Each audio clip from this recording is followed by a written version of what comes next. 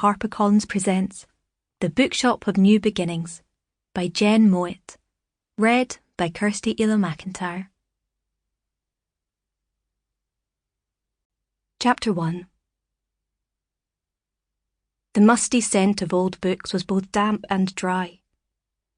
It clogged Kate's nose and throat as soon as she stepped over the threshold, but was not entirely unpleasant. The bookshop was an old stone building set back off the main street of Wigtown, along a narrow alley dog-legging between shops. A crazy paved path wove through an explosion of dense, free-spirited shrubbery. The shop was an unprepossessing place at first glance, viewed through a curtain of drizzle and wreathed in grey, sawy mist. A peeling, hand-painted sign pointed the way to a barn filled with books, the interior almost invisible through its dirty windows.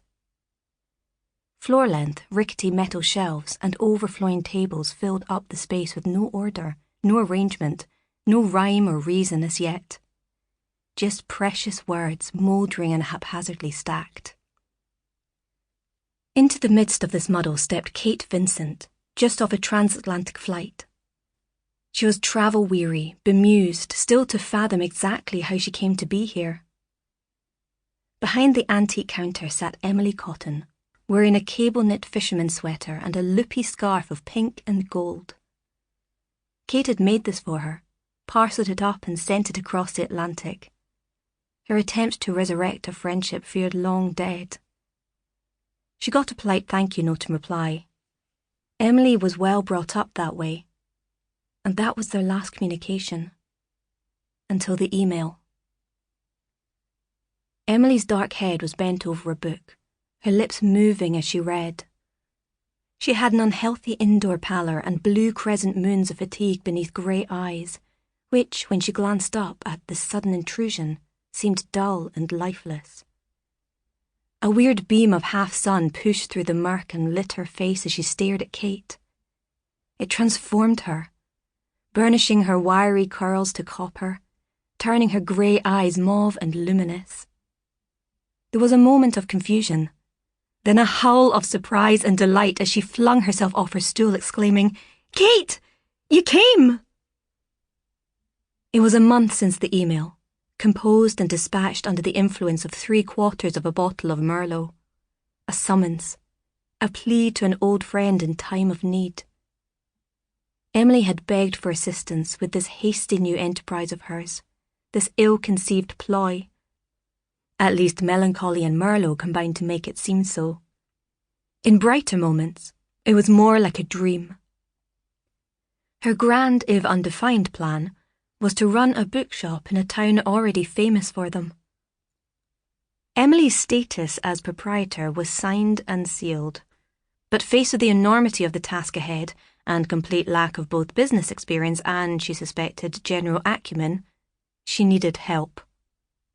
She also wasn't in the proper frame of mind to be taking on this venture. She had been yo-yoing between delight and despair for weeks now, procrastinating like mad. Most days, Emily wandered disconsolately through the cold shop, idly shifting books from one shelf to another, or else buried herself in a novel for a few hours and avoided the hard work, the decisions. She hadn't the heart for decisions.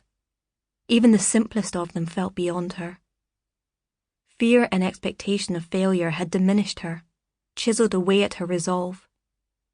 Joe was in her thoughts all the time, undermining her and reminding her of her weakness. Now, impossibly, Kate had come, and Emily instinctively knew that all would be well. "You came," she said again, her voice fading to a whisper of incredulity, as if she doubted the evidence of her own eyes. Perhaps she had conjured this Kate mirage out of sheer desperation. If that was the case, she really was in a bad way, as her family was wont to believe. Emily threw her arms around Kate and felt the incontrovertible evidence of her friend, breathed in her perfume and shampoo.